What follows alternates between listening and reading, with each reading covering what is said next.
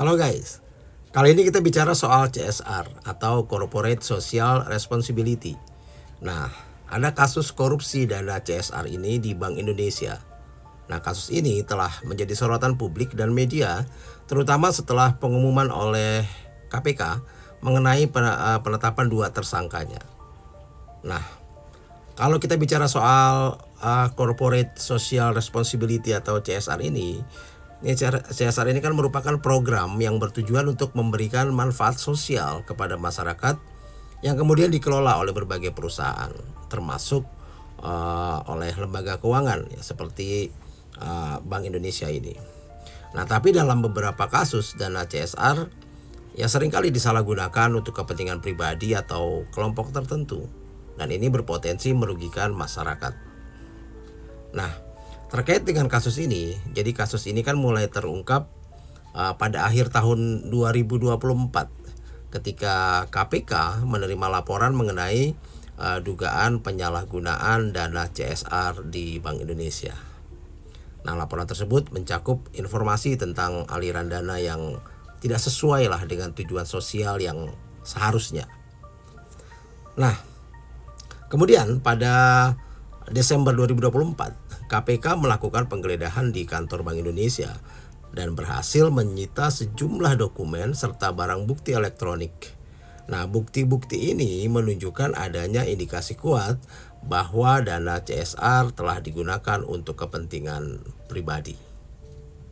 Nah, KPK kemudian menetapkan dua orang sebagai tersangka dalam kasus ini.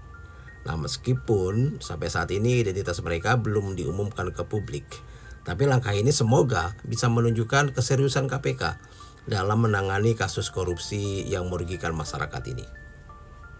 Karena masyarakat ya banyak lah ya reaksinya beragam, tapi rata-rata merasa kecewa dan tentunya marah karena dana yang seharusnya digunakan untuk membantu masyarakat justru disalahgunakan.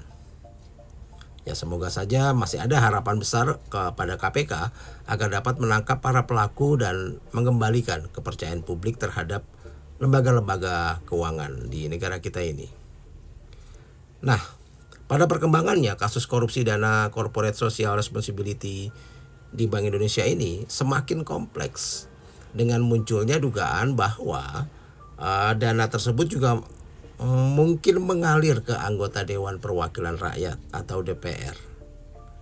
Nah, jadi CSR yang seharusnya berfungsi untuk meningkatkan kesejahteraan masyarakat melalui berbagai program sosial. Nah, ketika dana ini disalahgunakan maksud saya, tentu saja ini menimbulkan masalah yang sangat serius, termasuk dugaan keterlibatan politisi dalam penyalahgunaan dana ini. Kita lihat ada dua pernyataan lah yang kontradiktif soal aliran dana ke DPR ini. Yang pertama adalah pernyataan resmi dari Ketua Komisi 11 DPR Pak Misbahkun yang menyatakan bahwa tidak ada tuh dana CSR yang langsung masuk ke rekening anggota DPR. Dia menegaskan bahwa dana tersebut disalurkan kepada yayasan atau lembaga sosial yang ditunjuk. Nah, tapi pernyataan ini tidak sepenuhnya meredakan kecurigaan publik.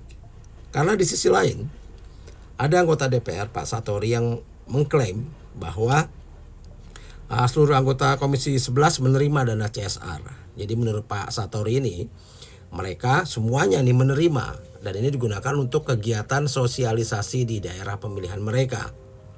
Nah, hal ini menimbulkan pertanyaan mengenai bagaimana dana tersebut digunakan dan apakah ada transparansi dalam proses penyalurannya.